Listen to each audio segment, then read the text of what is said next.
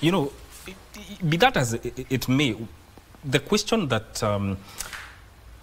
any Kenyan would ask, Mr. Mark, did it have to take a direct indictment of the U.S. for Adani boss, so that that deal that he had here in Kenya had to be cancelled? Did it have to take direct indictment by a foreign entity to make Kenya rescind on this, to cancel this deal? One thing which has been happening with the government is a lot of their policies and a lot of their things they are doing, they seem to be not getting it right. Because if you look at all what they have been implementing, right away from the finance bill down to the Adan deal, they held the Shah and the Shi deal. There's also the issue of the university. Yeah. They seem to have gotten everything wrong, and that's why many times you are finding the government is coming too late to stop things, because it did not even have to take that so many months for the president to know that the Adan deal was not the right thing, and they were not dealing with the right person. So I think something is wrong with their policies, and they need to go back to the factory setting and get it right. Because if you find a government which is bringing more than 5 deals or 5 policies, yeah, and most of them, the public is not even supporting, I think there is a big problem.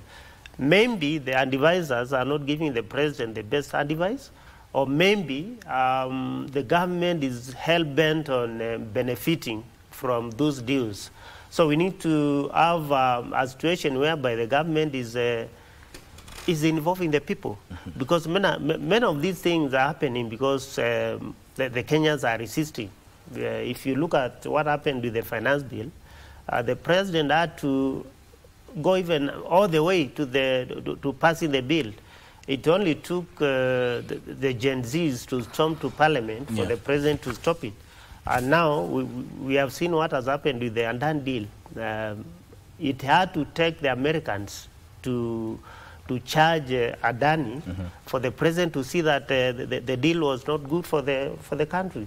So I think the government and the leadership of the government is missing the point, and they need to involve the public more on some of these things, because the 2010 Constitution gave Mwananchi more power on whatever the government is supposed to be done. So we need to have some extensive and good public participation whereby we'll get views from the public on whatever the government wants to do. Because in a situation where we are getting everything wrong, and the government needs to put things in order, we need to have at least a perfect way of doing things. The best way of doing this, leading the people, is you listen, as my friend has said. You must have a listening ear, and you must involve the people.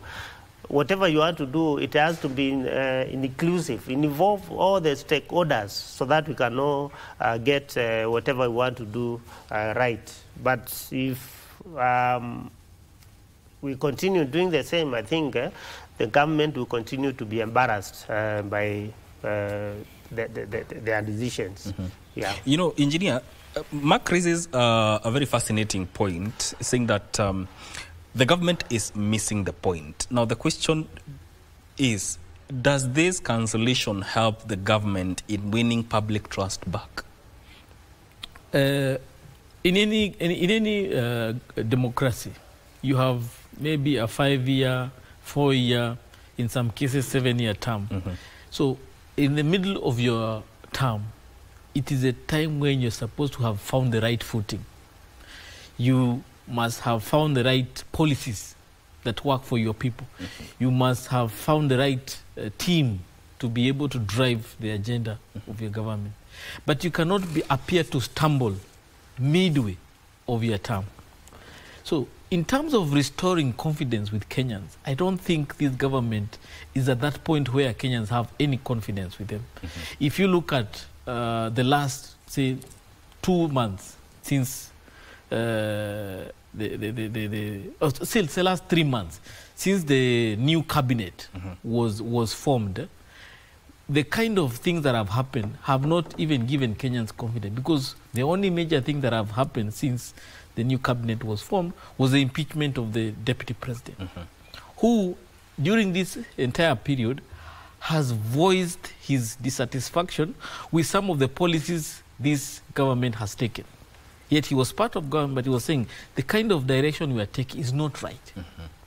And what happened to him? He was impeached. Then after he was impeached, before and after he was impeached, everything he was saying was wrong. He's being vindicated.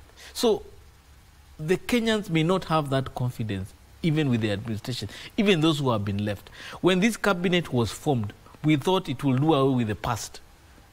But you're finding itself dragging itself into carrying along the policies of the previous cabinet. The Adani deal, for example, it was one of the things that Kenyans protested against. That time it was the JKIA. Immediately the broad-based cabinet was formed, they even added Adani another deal for Ketraco, and to some extent the one for the healthcare, but we are yet to confirm if they are part of that. So you find that the previous cabinet and this cabinet is still the same thing. The only difference now is that we don't have Gachagua in it, who was the only voice that was dissenting in terms of the policies this government is taking. So in terms of giving Kenyans confidence midway of their term, they have failed to do that. In terms of how they may be able to restore that, I don't know, because if you look at the parliament, when the president said, I have decided to cancel these deals, they gave him a standing ovation. Yet this is the organ of government that are supposed to check the executive. They had all the time to check this administration.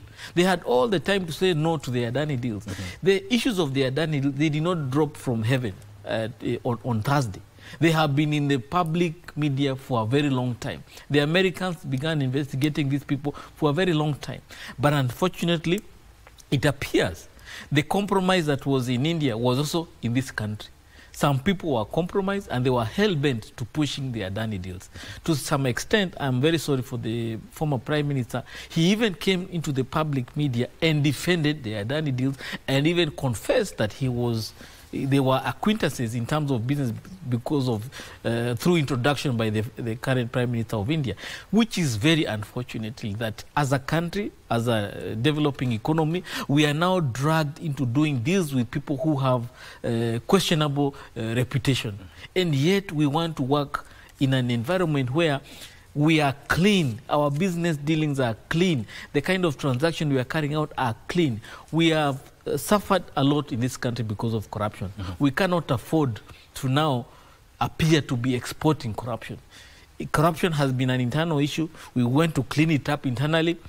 Let it not become now Kenya is being dragged into a global corruption scandal where to some extent it might be found that Adani also corrupted our officials to the extent they were able to approve a PIP deal within one day, which is a historical event in this country.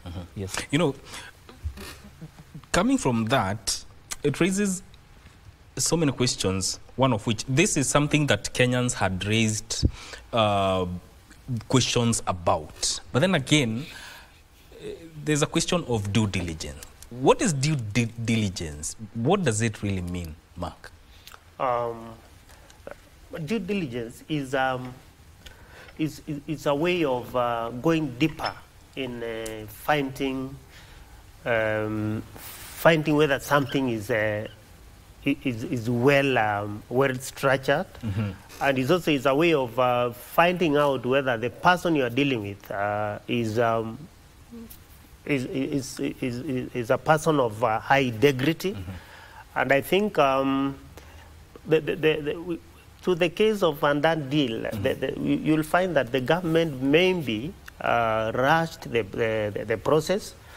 They did not even do the due diligence. And I think something which needs to be done is for the government needs to correct things so that they can earn the trust from the public.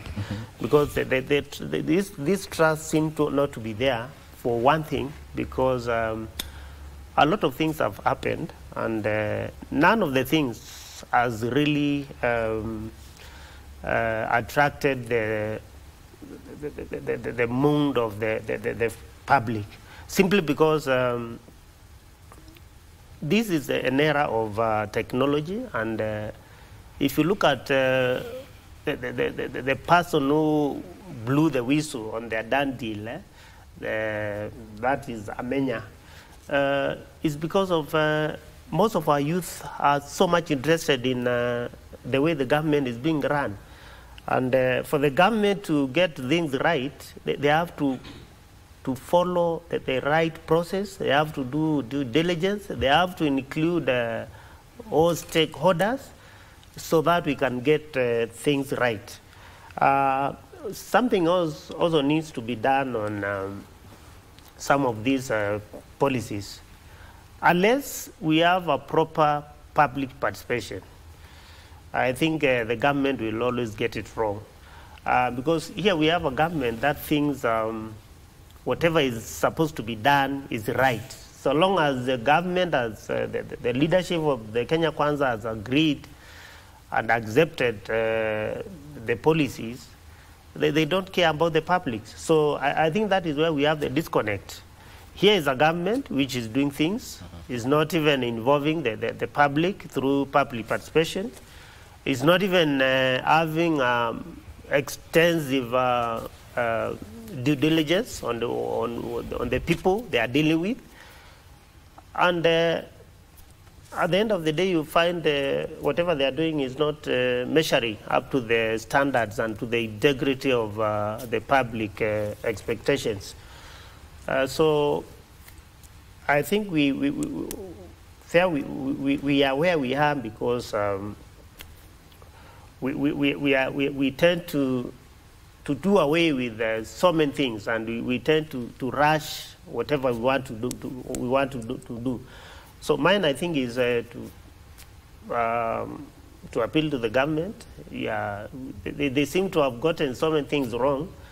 Moving forward, let them involve the public. Let them have an inclusive process whereby we get the technical and the professional advice from people who know about this private-public partnership, so that our people can get the right deals, and so that our people can get the right development. If at all we mean well for our development, then we need also to have a proper structured way of doing our public-private partnership.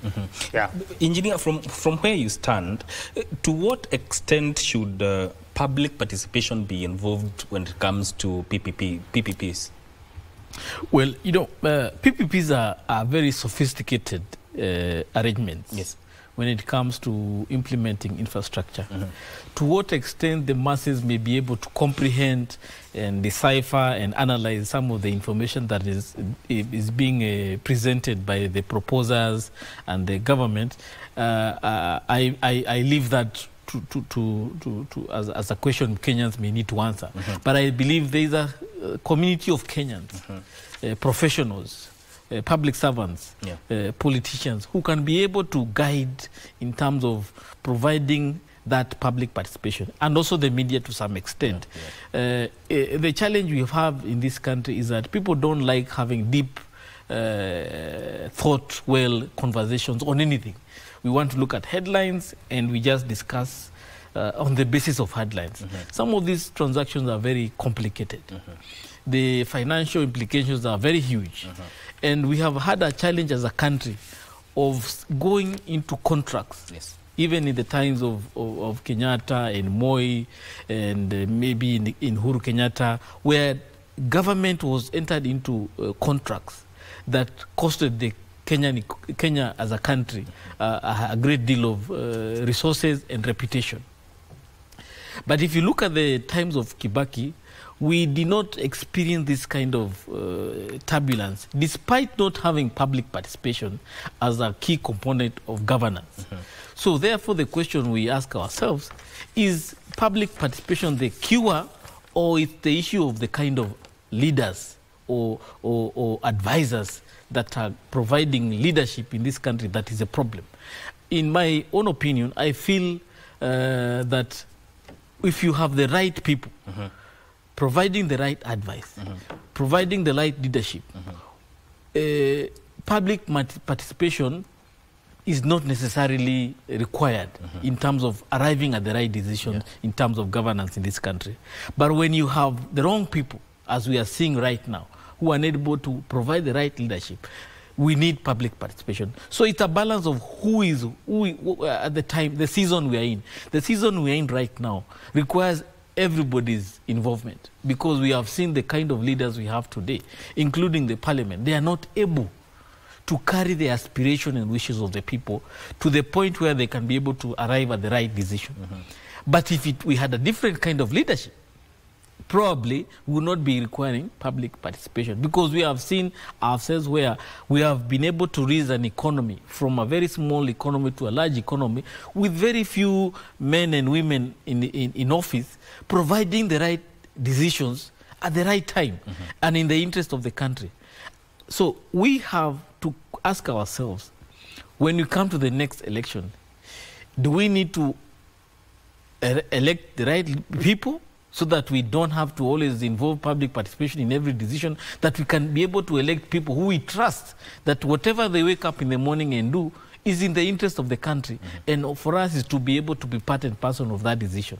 Or do we always have to make sure that we just elect anyone, and for the next 5 years, we'll be in every public participation forum trying to make the right decision? We cannot be a country that is always in an election mode, because we have seen these public participation events. They have become like campaign forums where the one who's opposed the administration and the one who oppose, they are there fighting themselves out. And in that forum, we lose the value that we are supposed to discuss about the issue at that time.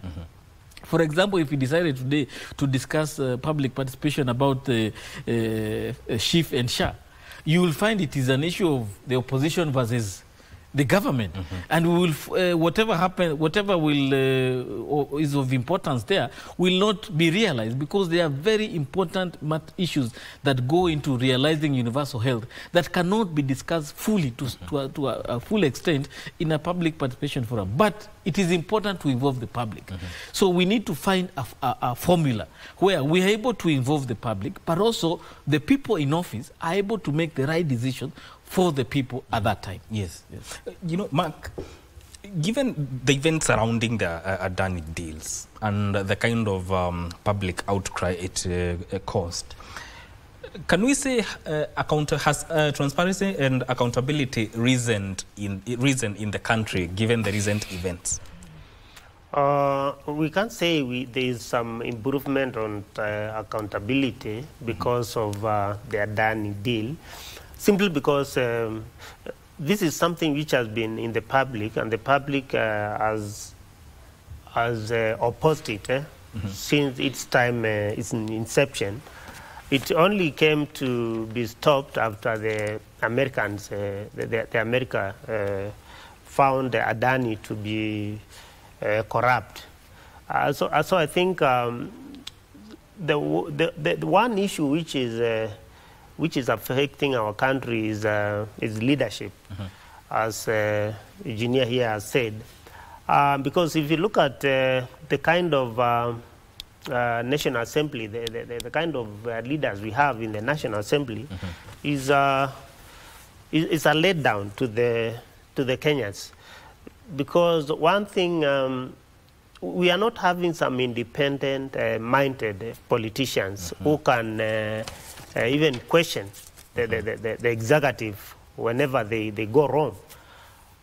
Listening to the former president, the former deputy president, Gachagua, yesterday, I heard him say, within the cabinet, he was the only person who could say no whenever things were not right. And he was left as a long ranger in the cabinet. So I think we need to have leaders who can advise the president, who can advise the executive whenever things go wrong. I was watching when the president was giving the speech at Parliament, and when he mentioned about the cancellation, you found all the MPs were clapping and were in support of the president. And here are the same MPs who some few weeks ago were supporting the deal. So I think it's the kind of, we're having a National Assembly whereby they have a group thinking. Here, if we want to go do something, we must. The president has given us this assignment. He has given us this bill. We must support it. When the president says no, we must also say no. So I think that's where we have the problem, because the two arms of government seem not to be doing things independently. The executive is supposed to implement some of the things which the National Assembly passes through the budget. And the National Assembly is supposed to be an oversighting of the government. That is the executive. So if you find National Assembly which is not doing its oversight role well, then we are going to have issues in our leadership and in our governance, because we leave our Kenyans to be left with nobody to question the government whenever it goes wrong. And here is a case of a broad-based government where we have a weakened opposition. The ODM joining the government, leaving opposition which is not that strong even to question the government. So I think if we can fix on the type of leaders we elect, and we elect people with integrity and people who have some semblance of independence, I think we can get it right whenever we are doing our things. All right. There's a question about oversight I want to ask, but I'll do that after this short break. Don't go too far. This is Good Morning Kenya.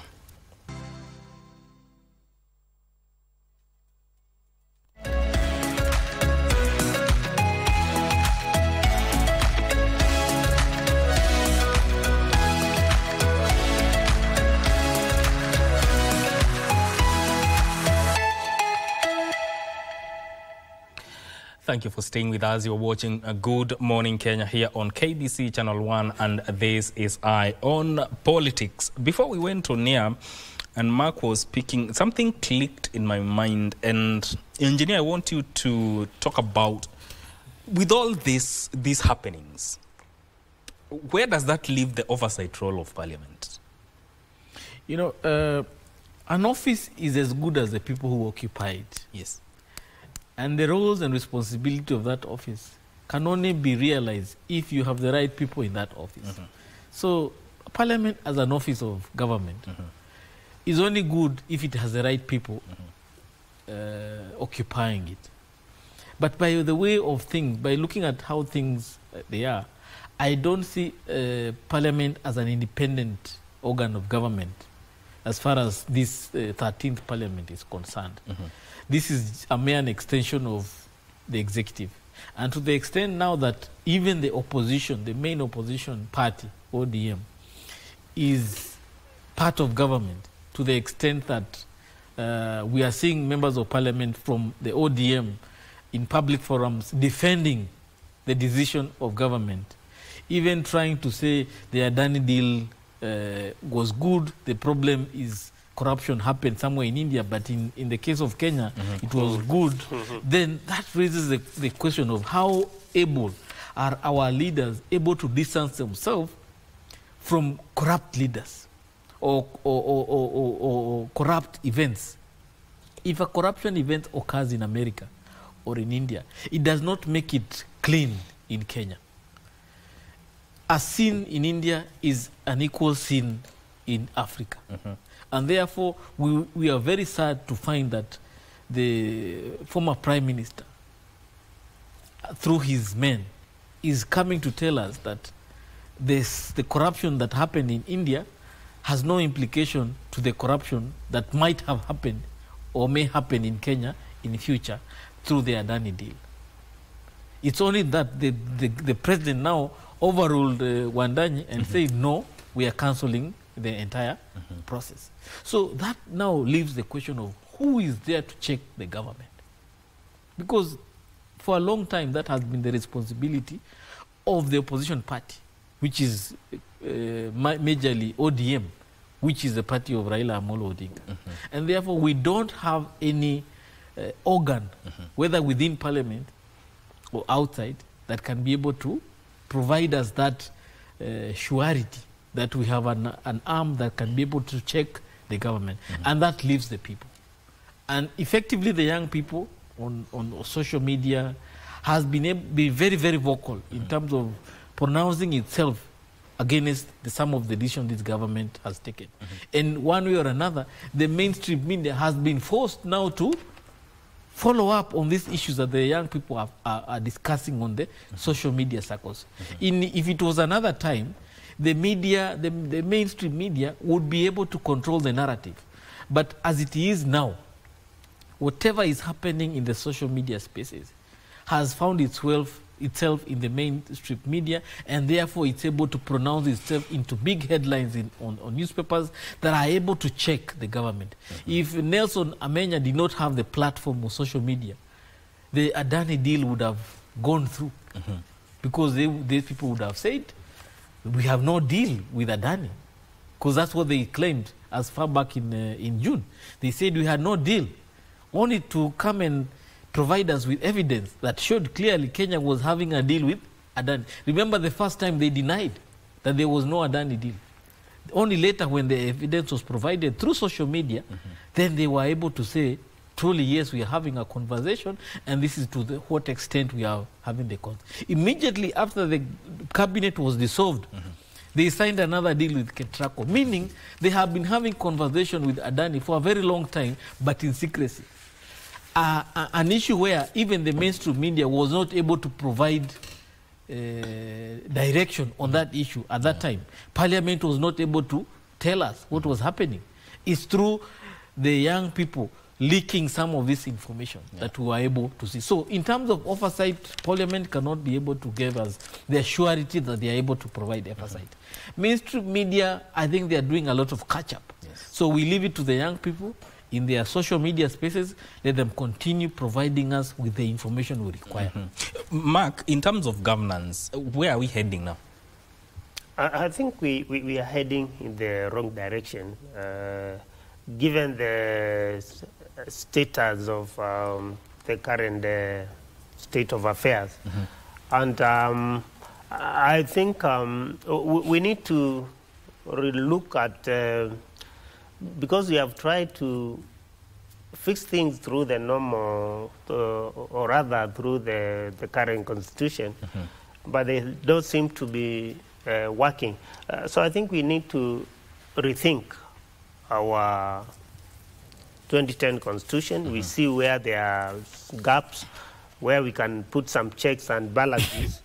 And one way of doing it, I think we need to go back to also to the NADGO report, which had given office of the opposition some power in terms of supporting it, getting it some support from the government, so that we can have some structured opposition which can check on the government. Because on where we are now, I think if we continue like that, things will only continue to be worse, and that will not be good for our country. So I think, one, we need to look at if we can amend some of the clauses in the Constitution. And also there is one area which I've seen needs to be addressed, because when we passed the 2010 Constitution, one goal was to reduce the powers of the president. But I don't think that the powers were reduced that much, because we still have some powers of the president, whereby he's the one who nominates the chief executives of corporate parastatals. He's still the one who nominates he has a hand in the board of directors of some of these parastatals. So I think we need to check on some of these things, whereby we can have a balanced power, a separation of power between the executive and the legislative arm of the government. Something else also needs to be done is we need to do a lot of awareness to our people, so that whenever we elect our leaders, we look at people with high integrity, people who can stand in times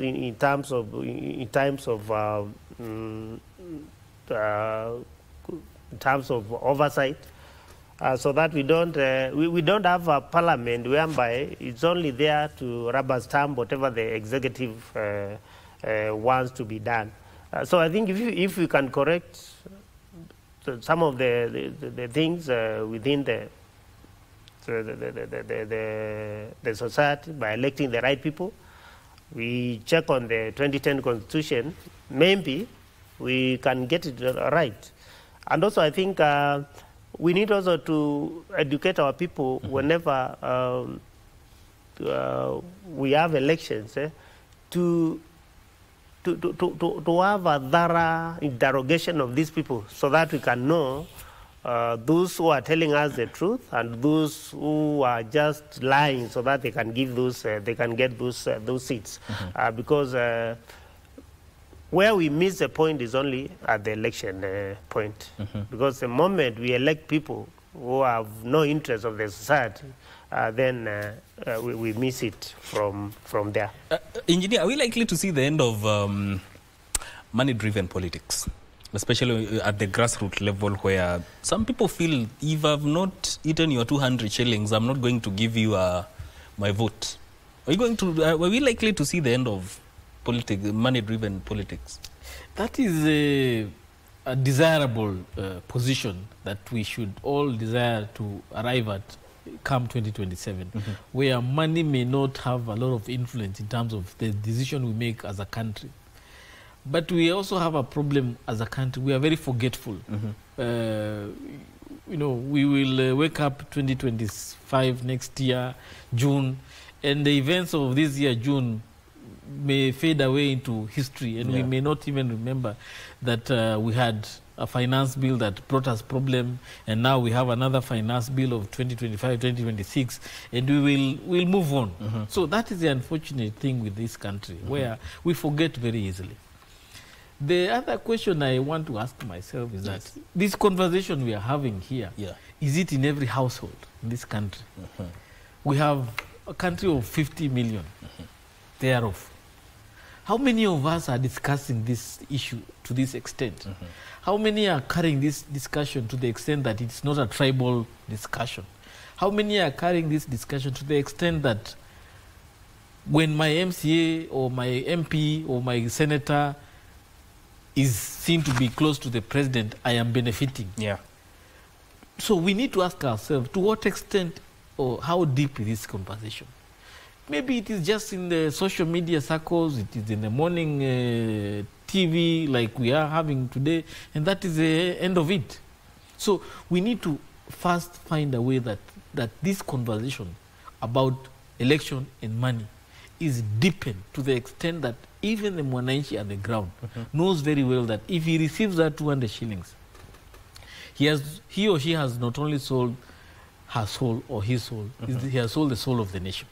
And therefore they must resist firmly the temptation to take that bribe. And I want to encourage the church to say no to donations from politicians, to the extent that even the politicians will not have any room to give donation, because that has been the platform they have used to give churches, and to some extent now they have given the people. Because at the end of the day, churches are built by people. Yes. So when a politician comes and gives you 5 million in a congregation of 200 people, it's like he has donated 5,000 shillings for every member of that church. And therefore that member of the church will not have any burden of raising money to build that church, which is what we do in every locality we have in this country. We are called upon by the church in a congregation of 100 or 200, bring your 1,000 every month, and at the end of the year, we have 2 million. So if one MP comes with 5 million, he has contributed for the 2 years for every member of that church. And he has won the hearts and minds of those people. So if we can resist that temptation and say, as a people, we will build our own churches with our own money. But we want leaders who can be able to build resources for the entire country so that everybody can have money in their pocket. Because what we have right now is a government that has been in place for 2 years. And at every corner, even in the public service, people are crying there's no money. So when the public service is crying that there's no money, that they cannot be able to run the business of government because there's no money, then how do you expect the rest of the country to be? Because in this country, government drives business, government spends, and then the rest of the country spends. So when the government is not able to spend, then what is happening in many households today that depend on government-driven businesses? When the private sector is struggling because government is not doing business, it has no money. When you ask yourself, yet you can see a few people who are able to donate 5 million in a church. So if you allow those people to continue moving around with that kind of money, come the next general election, we will be so hungry, we will be so broke that you people will take that 200 shillings and vote for that because they have given up hope. We don't want to reach that point. So let us have this conversation as far as it can reach, and let's remain faithful to the values of this country. That corruption is not one of the things we uphold as a country. Voter bribery has to be rejected by every part of this country so that we can be able to arrive at the right decision when it comes to choosing leaders. We are where we are because we chose the wrong leaders. And we are not going to cure our problems by changing the constitution at every corner. What we need to do is remove bad leaders from our governance. The constitution is good. We have the best constitution. What it lacks is the right people to drive it. You know, speaking of donations, let's graduate this conversation to that level. And one of the things that happened over the weekend, actually yesterday, the president defended his stance and reiterated his unwavering support in giving donations to the church. He said, I give donations to the church for faith, not political gain. What do you think of that, Mark? I think I don't think the president is being sincere on that statement, and I know why. Because you know, the church prepared him. The church made him the president through a lot of engagement with them. They gave him the support.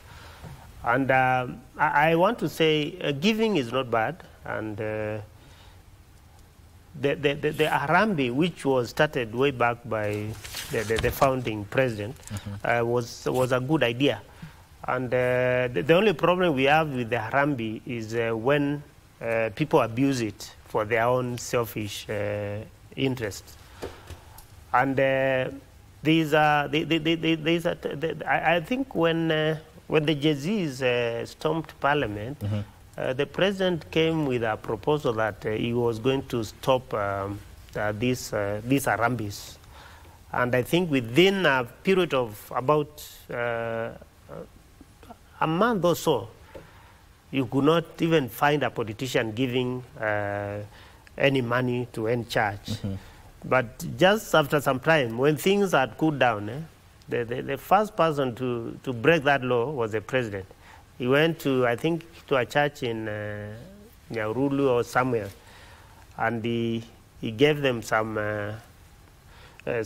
money to finish the church. So I think is one thing saying we are stopping, and is another thing of the giving. So I think one we need to have is we need to have a structured way of fundraising, so that it does not get to be abused by the politicians. Because one thing I'm sure is if we make fundraising to be just open like that, you'll find a situation whereby most people are going to be elected in these elective posts, MCAs, MPs, and senators, and what have you, are going to be the people who give a lot during these fundraisings. And that is one way of even cutting off the best leaders. Because you'll find somebody is a good leader, he can do better than these wealthy politicians, but he will not get that chance simply because he cannot give money in those fundraisings. So I think it's a conversation which needs to be continued. We need to go back to the people, and Kenyans are very much enlightened, and they know what is good for our country. We can get good views from the public. We can get good views from professionals, whereby we can have a good way of fundraising. Because I think if we leave it to the leaders, we might not get it right. I just saw in the newspaper today the Senate refused to. The Senate objected the fundraising bill, simply because. Whatever they are saying is that the fundraising is going to put them away from the public, which is not the case. So I think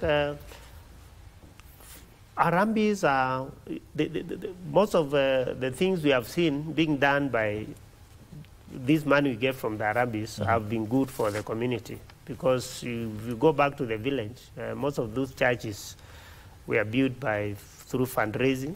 We have even some schools. We used to call them Harambee schools. They were built by people through fundraising. So if we can structure the way we do the fundraising, I think it can be a good way of helping our people. But if we leave it to the politicians, then we still have issues, because it will give us the wrong leaders, it will give us the wrong people, and we still have the same problems. Engineer, President Ruto trying to defend his position on donations to the church. Can this help him win back the church? Because it seems the church has started to distance itself from him. And what structured way can be applied to fundraise, especially without involving politicians? Unfortunately, today, when you speak about the church, it's not one homogeneous entity, as it were maybe 30 or 40 years ago. Today, we have what we call the mainstream churches, the Catholic, the Anglicans, Presbyterians. Those are considered to be the mainstream churches. Then we have the emerging evangelicals. We have also the Pentecostals, and we have even others that are coming up, especially with the young people. And therefore, when you speak about the church, it's no longer one entity, as it were those days when we had the National Council of Churches of Kenya. When it pronounced itself, then you know the church has pronounced itself. And therefore, I am worried that this conversation about donations will continue to further the divisions within the churches. And probably that is what politicians probably want, where we leave out the mainstream to go away with their old folks. We focus on these Pentecostals or the evangelicals who are able to, they are attracted to our kind of politics and our money because they don't have the financial strength or the financial muscle the other mainstream churches have, and therefore they'll be easy to be swayed through our donations. And therefore we may end up having where the Kenya Kwanza administration and maybe the politicians in this country will focus more of their time and resources and their donation to this, as far as this is concerned, to those churches that are able, that are willing to walk with them this journey of preaching the gospel. Where they are preaching the gospel of Christianity, they are also preaching the gospel of politics. That will definitely divide the church. And that is very unfortunate. But I believe as long as the other section of the church remains firm and vocal, there are also Kenyans who will listen to them and will identify themselves with the concerns the church has raised to that extent. Yes. When the Catholic bishops made that pressure, it caught the attention of the whole world and even the president himself. And that's why today we are discussing about donations. If the Catholic Church did not take that position, then business will be as usual. So we want the church to continue at whatever point, where you agree or disagree, continue voicing your concerns. 2-3 years ago, we are forgetting we had Shakahola. People died because of being led by the wrong gospel. Yeah. Okay? So let us be very careful. Wherever you identify yourself with, if are you identifying yourself with the right sect? Because 2 years ago or 3 years ago, people died in Shakahola. Yeah. And we are behaving like we've forgotten. So people may not die in Shakahola, but we may die in this bad politics when we continue receiving money. So we need to be very careful with who we identify ourselves with. Yes. You know, sometimes even the churches invite these politicians to these events, but now henceforth, should there be rules of engagement in terms of how and the reason why they invite these politicians to their churches? Yeah, sure. One thing I think we need also to say here is that even the churches have issues because there seem to be a lot of mushrooming churches everywhere, and every pastor wants to have a share of these the congregation. And I think one thing which we need to also do is to regulate and streamline the way we get these churches. And something else also is also on the part of the Christianity, because even our faith, we don't seem to be very firm on our faith, simply because whenever whenever somebody has a church, the most immediate things he wants to think about is have a well-built church, a big church, whereby he can get more people. So I want to say on the part of giving, we seem to be abusing the giving part of it, because giving was meant to be secret. Because the same way we do our offerings, whenever we go to church, we are given that basket and you are told to give your offering. You don't go to the podium and say, today I'm going to offer 200 or 1,000 shillings. Yes. Though the same way is supposed to be done whenever we want to give some support to the church. Just give it as an offering. You don't publicize it. If you want to give it 5 million, just go get the account number of the church, you do it, and you don't. And even the bishop is not supposed to announce, Mr. President, the minister, or whichever has given this and this. Because once you publicize it, now it brings another face. Exactly. Now you want to show the church you are the one who has supported it. So what does that mean? when the right time comes for you to seek for votes, you want the church to give a hand. So that is a quid pro quo situation. Yeah, so we need to have we need to have a way of how we give this fundraising. All right. It's not supposed to be publicized. Yeah. It's supposed to be a secret way of supporting the church. Okay. Yeah. Let's take a very short break. We'll be right back with this conversation. This is Good Morning Kenya.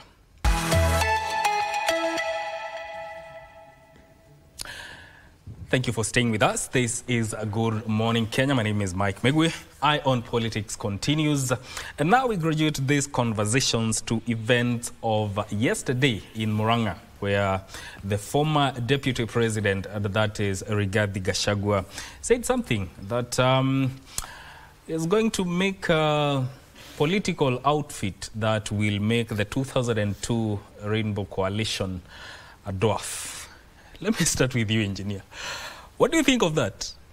Well, it is a very interesting times we are going through, where somebody whose political career appeared to have been dimmed, but suddenly he's enjoying a lot of support from his home base. Yeah. And beyond just enjoying that support, he has created this political awakening that is so huge within that region that truly, as he says, this might dwarf the 2002 general election, to the extent that if you look at the votes that Mount Kenya region contributed to this administration, which is around 4 million votes plus 1.2 million for Raila, that's around 5 million votes to the whole electoral process. Yeah. Yet it has the potential of providing close to 8 million votes or 10 million votes, going by the numbers. It's a region that controls 25% of the population. And therefore, we are looking at, if you have 50 million people, we are probably looking at another 8 million, 10 million votes from that region. So if you can be able to make sure to rally those votes to wake up and vote, and they are known to be to do that very well.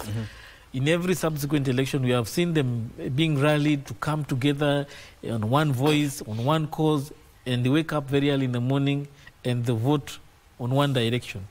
Then Gachagua, if he's not in the ballot, then he will make that person in the ballot a leader.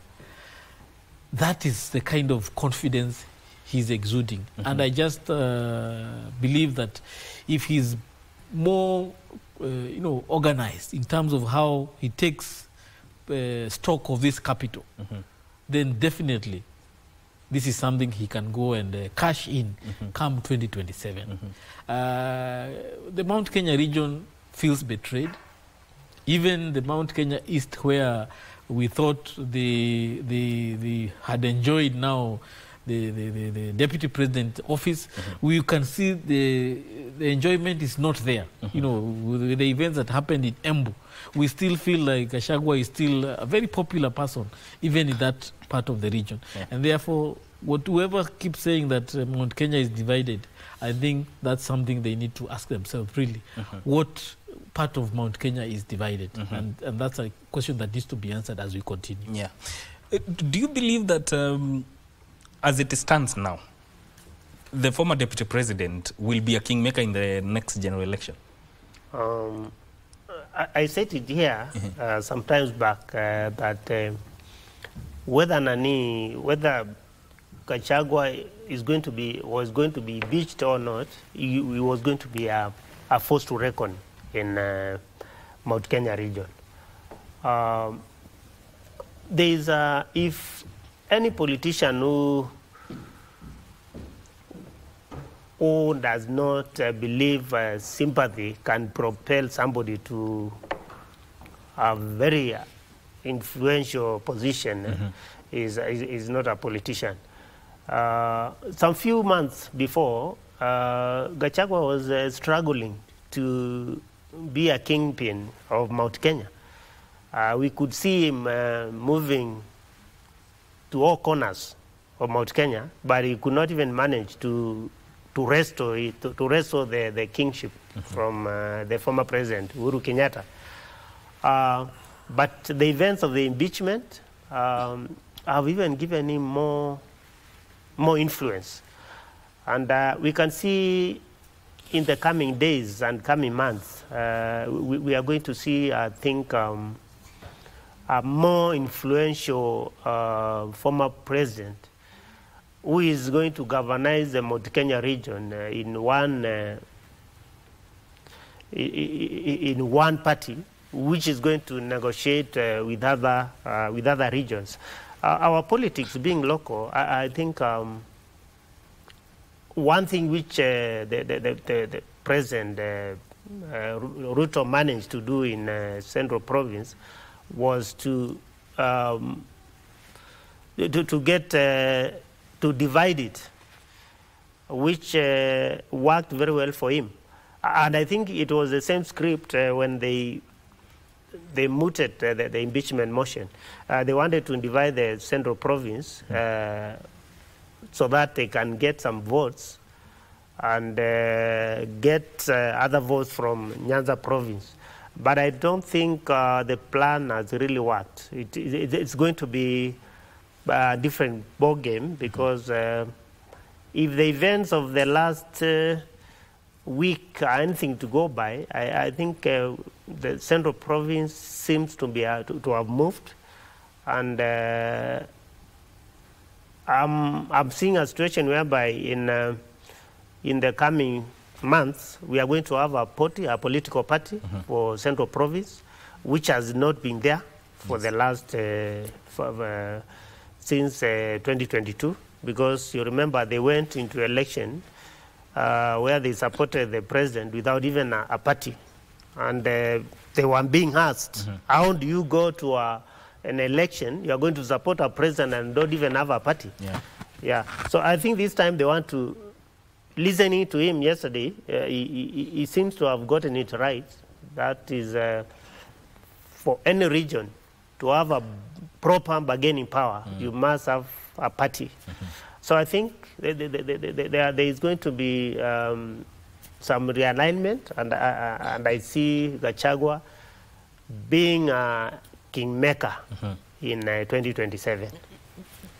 Do you see what, engineer, will be likely, from where you stand, what are the likely rules of engagement for any person who wants the mountain to coalesce around him for a presidential seat? Definitely the mountain, economic interests come first. At the moment, the mountain is suffering a lot because the issues that they canvassed around to be part of this government were issues of milk, coffee, tea. And if you look at it right now, from the state of the address the government the president made last Thursday, milk production has gone down. That's an area that is of concern. The coffee bill, the tea bill, the reforms the deputy president was advancing, there is no direction on that issue. So when it comes to the economic interests of the mountain, I don't think they've been able to benefit as much as possible.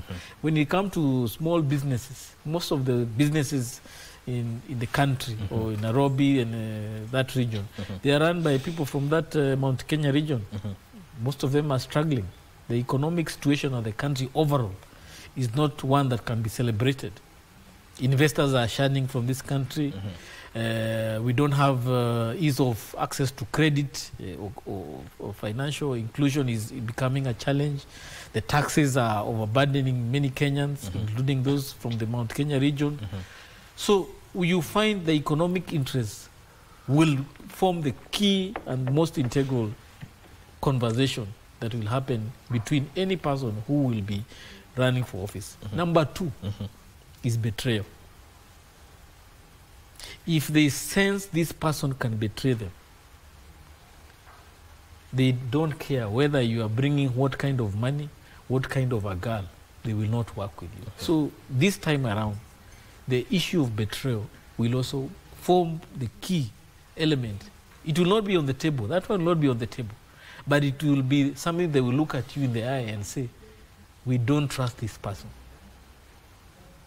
You may write numbers about economic numbers inflation, whatever you do. But the issue of betrayal, you cannot put it on paper. Yeah. Somebody has to look at you and be able to believe, to feel that they trust you. So the person who will present themselves in terms of forming an alliance with that region must be somebody who can be trusted on face value. Yes. When you shake hands, when you look at each other eye to eye, you must bring confidence. Yeah. And that's how, there are things you may not be able to put on paper. The Western Kenya bloc was able to put it on paper 30%. Yeah. But there are certain things you may not be able to put on paper that somebody will look at you and say, this one, we can walk this journey together. So economic interest, but the other issue is betrayal, because they cannot afford to be betrayed ever again. Yeah. Gentlemen, in the interest of time, I'll give you a minute to give your submissions. I'll start with you, Mark.